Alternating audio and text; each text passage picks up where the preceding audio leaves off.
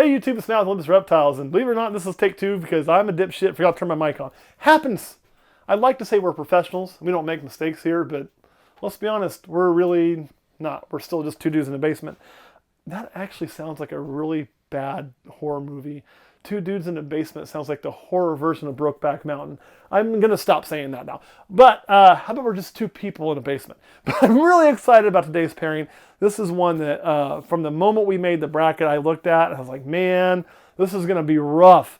I really like both these snakes. Now I have one that's a clear favorite, and it's probably obvious based on the pairing, but this is one of my favorite snakes I've ever made. And then there's also a really cool snake that we purchased in. Well, let's start with one of my favorite snakes I've ever made. Where are you at? You are right here, huh, girlie? Ugh. Yes, you are. Yes, you are. So she is right here. And of course, this is a GHI Mojave. Now, these are just a 2-gene combo, but damn what a 2-gene combo they are. I love the contrast. I love how you almost have the stripe. Now, she has a lot of the visual alien heads in there. Some of them will be completely almost patternless on the side. She's got a lot of pattern leaking through. That's a personal preference, whether you like that or not. I just love how this kind of tends to melt into there. I know, girlie. She wasn't big enough to breed this season, but she easily will be next season. I mean, look at that thing. Just a gorgeous, gorgeous animal. Now, this was an animal that was on our list of things that I just wanted to make. Refused to buy, I wanted to make. And we've now made a handful of them, which is really awesome. But this was the first one we made, and I kept her, and I really couldn't be much happier with her. She got really close to size, but just not quite there.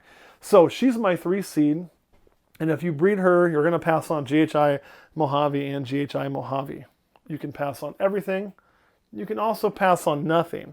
These aren't elite lake or anything like that. This isn't a super.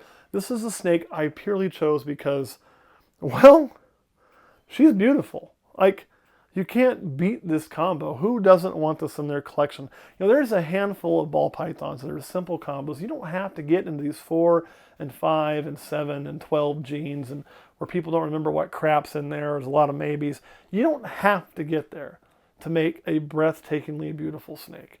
That is something I think that we as breeders have often forgotten. This snake is breathtaking to me. Just, you know, if you pull this out and people see it and they don't know much about these animals, this is one they're going to go, ooh, you know, it's like seeing fireworks. Ooh, ah.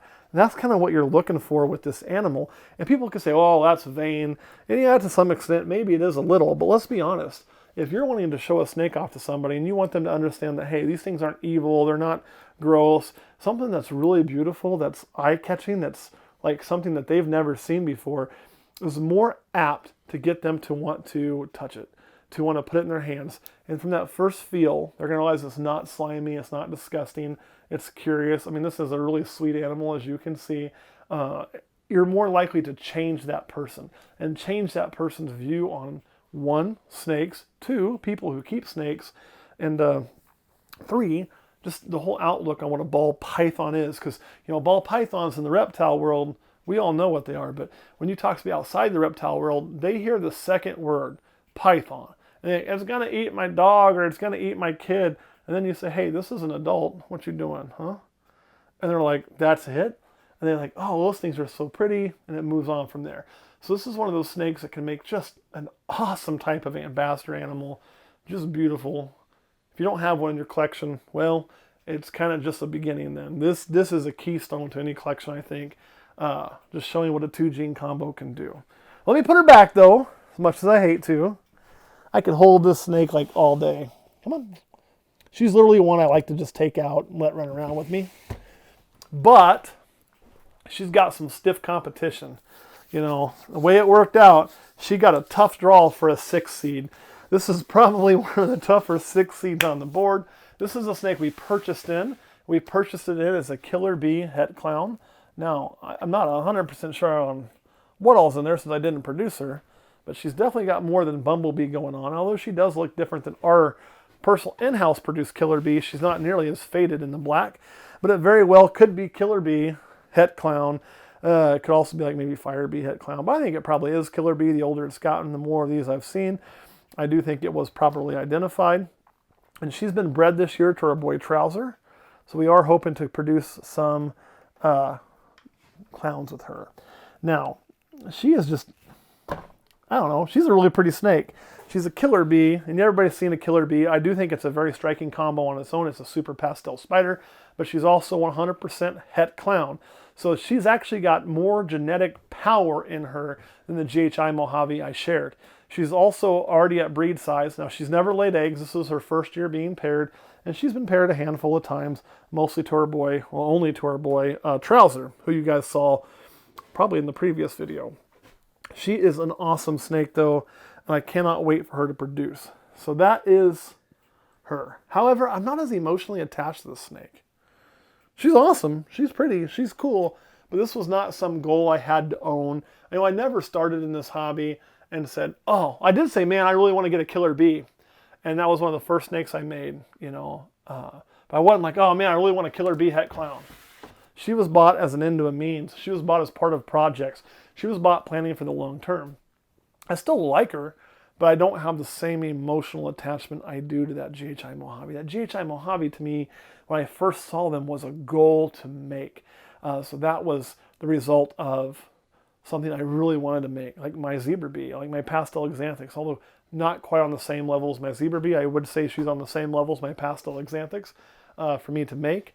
So there's a difference. That's why she got the 3 slot and the Killerbee het clown got the 6 seed. However, could I see an upset here? Yeah, I could. You're talking a 2-gene snake versus a 3-gene snake. You're talking a super plus a het clown. This snake's going to pass on pastel het clown. Well, no, sorry. Pastel possible het clown.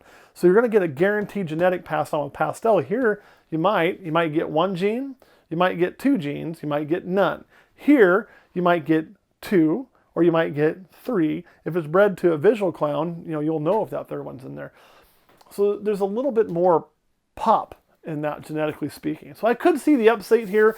Personally, I can tell you, you know, I put my 3 seed there for a reason, but it's not in my hands now, is it, guys? It's in yours. You're picking the snake you want to breed for a giveaway. And let's be honest, if you put that Killerbee het clown here, and you also put that Trouser snake, wherever he is on the male side, as a winner, I mean, you could potentially have an egg draw that would be a bumblebee clown.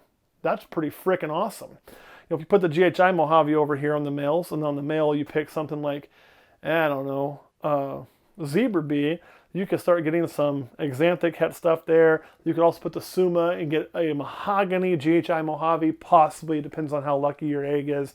All sorts of stuff. So a lot of really cool pairings here. Kurt, anything you want to add? No. All right, guys, that's all I want. All I've got. The 3-6 is in your hands. You pick the winner.